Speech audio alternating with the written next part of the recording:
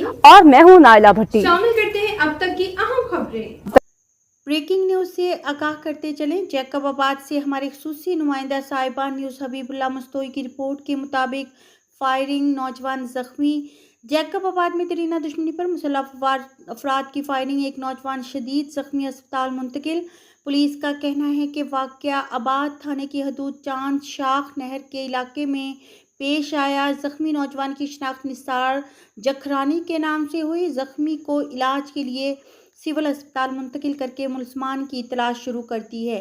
जख्मी के नौजवान के चचा गुलजार जखरानी का कहना था कि पुरानी दुश्मनी पर भंगर कबीले के मुसल्लह अफराद ने फायरिंग करके मेरे भतीजे को जख्मी किया है। पुलिस मुलजमान को गिरफ्तार करके इंसाफ करे।